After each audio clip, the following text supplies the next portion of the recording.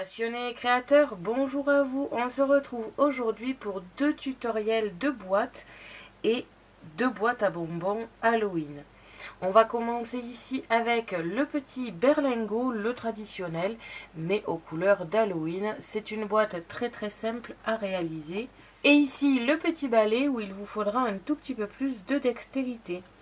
On se retrouve de suite pour le matériel et le tutoriel.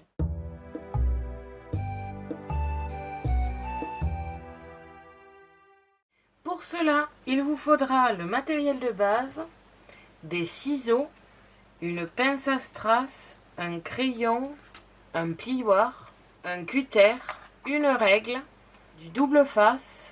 Vous pourriez avoir besoin du pistolet à colle pour plus de facilité et de solidité, du bolduc et de la ficelle, des strass et enfin du papier scrap, donc de préférence du papier scrap de magazine avec des motifs d'Halloween ou d'automne pour la décoration, surtout après si vous avez des die cut, des die ou bien des stickers d'Halloween, je vous conseille de les utiliser. Et enfin du papier scrap. Pour le balai, je vous conseille d'avoir quand même quelque chose d'assez approchant de la texture et de la couleur du balai. Donc là, en l'occurrence, j'avais ce papier. Bon, là, il est trop petit, mais dans l'idée, vous pourriez très bien utiliser ce genre de papier-là. On se retrouve de suite pour le tutoriel. Nous commençons donc avec la base du berlingot. Donc, j'ai découpé tout simplement un rectangle de 13 cm sur 20 cm.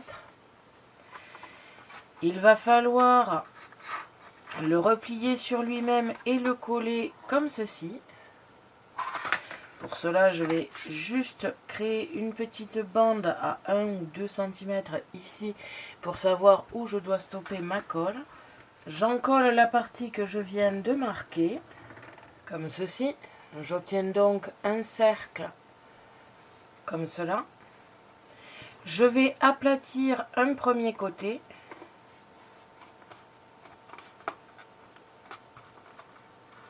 Le tenir pendant que j'aplatis le deuxième côté mais dans l'autre sens et vous obtiendrez une forme de berlingot.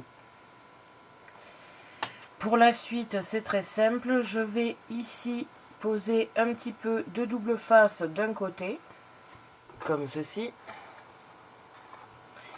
et pour le deuxième côté je ne vais pas du tout en coller parce qu'il faut quand même que l'on puisse ouvrir la boîte. Et dans ce cas-là, je vais utiliser une perforatrice pour faire des trous et pour en mettre un ruban. Il ne vous restera plus qu'à remplir la boîte avec les petits bonbons, mettre le ruban et on va pouvoir s'occuper de la décoration extérieure. Au niveau de la décoration extérieure, ça va être assez simple, hein. Vous devez mettre par exemple des die découpés avec Halloween, une petite banderole avec écrit Joyeuse Halloween et une décoration. Bref, vous devez mettre quand même quelque chose d'assez simple. Il n'y a pas besoin de grand chose pour décorer cette boîte. C'est pour ça que j'aime beaucoup son principe. C'est que rien que sa forme est assez spécifique, pardon. Et donc du coup, elle est assez marrante d'elle-même.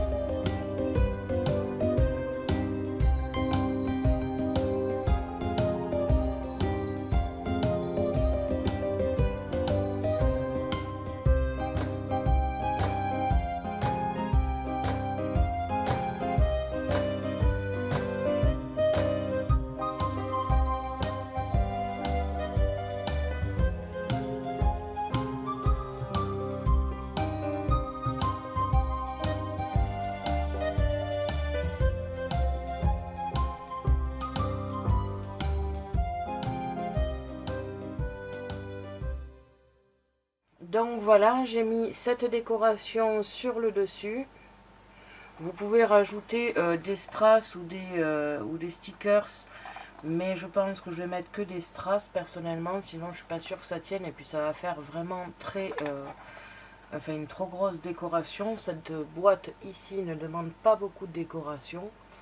J'ai mis un petit bolduc noir pour bien trancher avec le orange et puis pour rester dans les couleurs d'Halloween tout de même, comme ici. Donc n'oubliez pas, quand vous avez mis le bolduc, de d'abord mettre vos gâteaux à l'intérieur et après de refermer. Si c'est des gâteaux, enfin des bonbons un petit peu protégés par un plastique, vous pouvez, enfin par un emballage, vous pouvez mettre un petit peu de coton ou de fausse toile d'araignée, bref, pour donner un aspect encore plus flippant. Mais sinon, dans l'idée, vous pouvez refermer. On fait un joli nœud et on aura fini la boîte.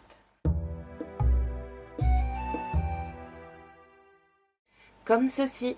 J'ai rajouté donc ici les 2 strass et le petit ruban noir que j'ai fait comme sur un papier cadeau avec le ciseau.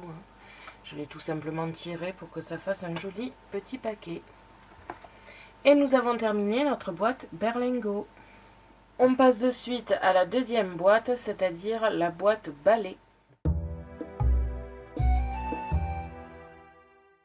On va continuer ici avec la base du balai, de la boîte balai. Donc pour cela, j'ai dessiné un carré de 20 cm par 20 avec 2 bandes de chaque côté de 7 cm de 7,5 cm exactement dans les deux sens. Donc il doit vous rester que 2 bandes de 5 cm au milieu, comme ceci. Donc ici 7,5, 7,5, 7,5, 7,5 et ici le carré du milieu est à tout simplement 5 cm. J'ai dessiné le carré du milieu qui lui va être plié, ainsi que plein de petites bandes qui elles vont être découpées pour faire une forme de balai. Je vais donc découper tout ça et on se retrouve de suite.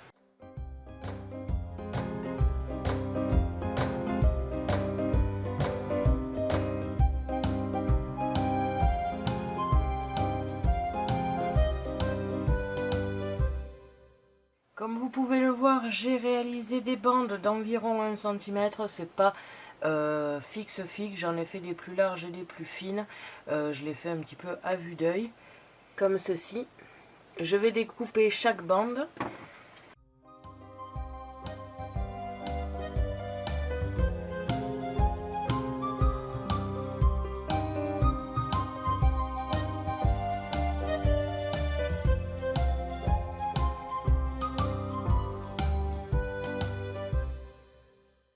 Une fois que c'est fait et que j'ai toutes mes franges, je vais toutes les replier vers le centre. Donc pour faire ma forme un petit peu arrondie, je vais tout simplement mettre ma pique à brochette à l'intérieur et appuyer un petit peu pour donner la forme que je vais lui donner par la suite. Pour finir, vous avez qu'à mettre votre friandise, placer votre pique à brochette. Alors si cela ne tient pas, parce que par exemple chez moi ça ne tient pas bien, vous pouvez au milieu, si vous n'avez pas de grosses friandises, vous pouvez très bien fixer avec un peu de pistolet à colle la pique à brochette pour qu'elle tienne droite, ce que je vais réaliser de suite, et ensuite ficeler les bandelettes sur la pique à brochette. Voilà, mon pistolet à colle est maintenant chargé. J'ai oublié de vous préciser que pour cette boîte, si vous utilisez un papier de chez Action ou du moins un papier scrap assez rigide, si vous n'avez pas un très bon double face, une très bonne qualité et du coup qui colle bien, je vous conseille pour toute cette partie ici et ici d'utiliser le pistolet à colle. Ça sera beaucoup plus rigide et beaucoup plus facile pour que ça tienne dans le temps, tout simplement. Donc voilà, maintenant j'ai ma colle qui est prête. Je vais coller ma pique à brochette en plein milieu et tout ceci en accéléré. Je vais ficeler le tout.